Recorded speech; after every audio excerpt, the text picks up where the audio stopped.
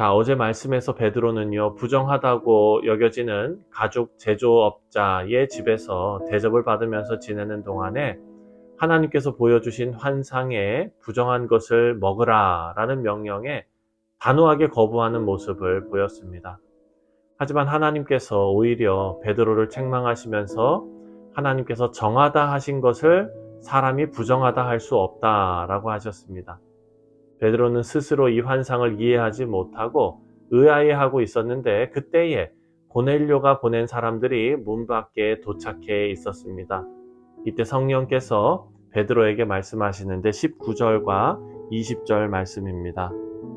베드로가 그 환상에 대하여 생각할 때에 성령께서 그에게 말씀하시되 두 사람이 너를 찾으니 일어나 내려가 의심하지 말고 함께 가라.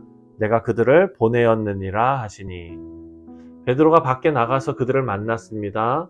자초지종을 다 들었지요. 그리고 그 사람들을 맞아들여서 다음 날까지 그들과 함께 있다가 떠납니다. 다음 날 그들과 함께 떠납니다. 지금 이 상황에서 우리가 알 수 있는 것은 진행되고 있는 모든 일의 주도권을 하나님께서 가지고 계시고 계속해서 베드로와 또 이 말씀을 읽는 모든 사람들에게 어떤 메시지를 던지고 계신다라는 것을 알 수 있습니다.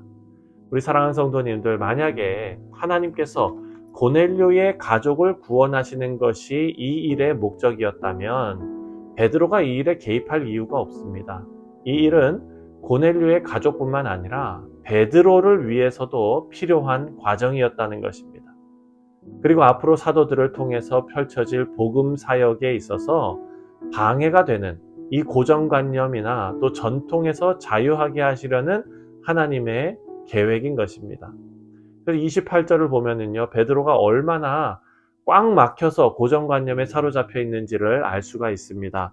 28절 말씀을 보면 이르되 유대인으로서 이방인과 교제하며 가까이 하는 것이 위법인 줄을 너희도 알거니와 하나님께서 내게 지시하사 아무도 속되다 하거나 깨끗하지 않다 하지 말라 하시기로. 자, 베드로는 사람들 앞에서 이렇게 말합니다. 지금 고넬료 가족 앞에서 말하는 것입니다. 사실 이것은 베드로뿐만 아니라 모든 유대인들이 그리고 이방인들까지 다 알고 있는 사회적 고정관념입니다. 이 이야기에서 고넬료는 이방인을 대표하는 대표성을 가집니다. 그리고 베드로는 단순한 개인이 아니라 유대인의 대표라고 볼 수 있습니다. 베드로가 고쳐야 할 부분은 바로 유대인들이 고쳐야 할 부분이 됩니다. 여러분, 여기서 재밌는 것은 이 사도행전을 쓴 누가가요, 고넬료가 보낸 사람들과 베드로가 만났을 때 하루 같이 지내고 다음날 떠나게 한 내용을 보면은요, 참 재밌습니다. 부정한 직업을 가진 가죽 제조업자, 그리고 거룩하다고 여겨지는 선민이라고 여기는 유대인, 사도 베드로지요. 그리고 부정한 이방인들이 같은 집에서 지금 유숙하고 있습니다. 그리고 지금 이들이 유숙하고 있는 곳이 고넬료의 집까지는 아주 먼 길인데 30마일 정도 가야 되거든요. 이 길을 어울리지 않는 사람들이 함께 걸어가야 하는 이 모습을 지금 누가가 기록해 놓았습니다. 누가는 지금 아주 불편한 상황이 아주 순조롭게 진행되는 것을 사도행전을 읽는 사람들에게 보여주고 있습니다. 사람들은 이 말씀을 읽으면서 도대체 어떻게 이런 일이 가능하게 되었는지 질문하게 될 것입니다. 유대인들은 감히 상상하지 못할 일들이 벌어지고 있는 것에 놀랄 것이고 이방인들도 마찬가지일 것입니다. 그리고 이들은 스스로 답을 찾아낼 텐데 바로 복음의 능력으로 이렇게 서로 다른 사람들이, 이질적인 사람들이 하나가 될 수 있다라는 메시지를 받게 되는 것입니다. 이 이야기에서 누가는 한 번도 직접적으로 유대인들이나 이방인들이 복음으로 하나 될 수 있다라고 말하지 않습니다. 하지만 고넬료와 베드로, 그리고 가죽 제조업자 등등 여러 가지 상황을 통해서 간접적으로 이런 메시지를 전달하고 있습니다. 28절과 29절을 다시 읽어보면요, 아직 베드로는 자신이 가지고 있는 편견에서 벗어나지 못하고 있습니다. 또 하나님께서 보여주신 환상에 대해서 그 의미를 제대로 파악하지 못하고 있습니다.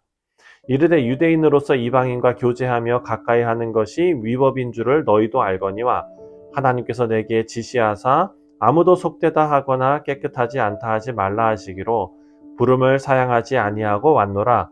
묻노니 무슨 일로 나를 불렀느냐. 자, 하지만 고넬료는요, 어찌 보면은 되게 기분 나쁠 것 같거든요. 근데 고넬료의 반응을 보면 겸손하게 베드로를 맞이합니다. 24절과 25절 보면 이튿날 가이사랴에 들어가니 고넬료가 그의 친척과 가까운 친구들을 모아 기다리더니 마침 베드로가 들어올 때에 고넬료가 맞아 발 앞에 엎드려 절하니. 여러분, 사회적 신분만으로 놓고 보면 베드로는 시골 어부입니다. 그리고 고넬료는 대로마 제국의 백부장입니다. 근데 고넬료는 베드로에게 공손하게 땅에 엎드려 절을 합니다. 이런 반응이 나올 수 있었던 것은 고넬료가 하나님의 시각으로 이 상황을 받아들이고 있기 때문입니다. 고넬료는 환상 중에 베드로를 부르라 라는 하나님의 메시지를 받고, 그래서 지금 되어지는 모든 상황이 하나님의 뜻 가운데 이루어지는 것을 알고 하나님께서 사람에게 최대한 예를 갖춘 것입니다. 하나님께서 보낸 사람에게 최대한 예의를 갖춘 것입니다. 비록 인간의 눈으로 봤을 때 자신이 훨씬 높은 위치에 있지요.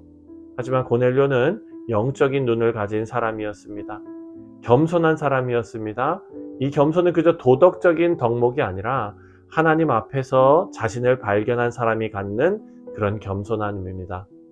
이런 고넬료가 자신의 베드로를 청하게 된 이유를 설명합니다. 33절입니다. 내가 곧 당신에게 사람을 보내었는데 오셨으니 잘하였나이다. 이제 우리는 주께서 당신에게 명하신 모든 것을 듣고자 하여 다 하나님 앞에 있나이다. 자, 고넬료는 이 모든 상황에서 하나님을 의식할 줄 아는 지혜 있는 사람이었습니다.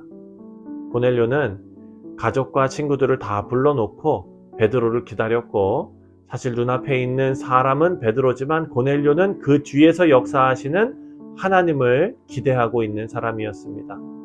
베드로의 입술에서 나오는 말을 하나님의 말씀으로 받을 준비가 된 사람입니다. 우리 사랑하는 성도님들, 이런 사람에게는 하나님의 은혜가 임합니다. 우리가 하나님의 말씀을 대할 때에 언제나 말씀에 역사하시는 하나님을 기대하시고 사람을 보지 말기를 바랍니다. 그럴 때에 하나님의 말씀에 붙들려 살 수 있게 됩니다.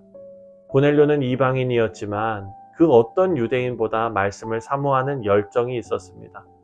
물론 이 말씀은 이방인을 향한 하나님의 구원의 섭리를 말씀하는 내용이지만 고넬료의 모습은 우리 모두에게 도전을 주기에 충분합니다.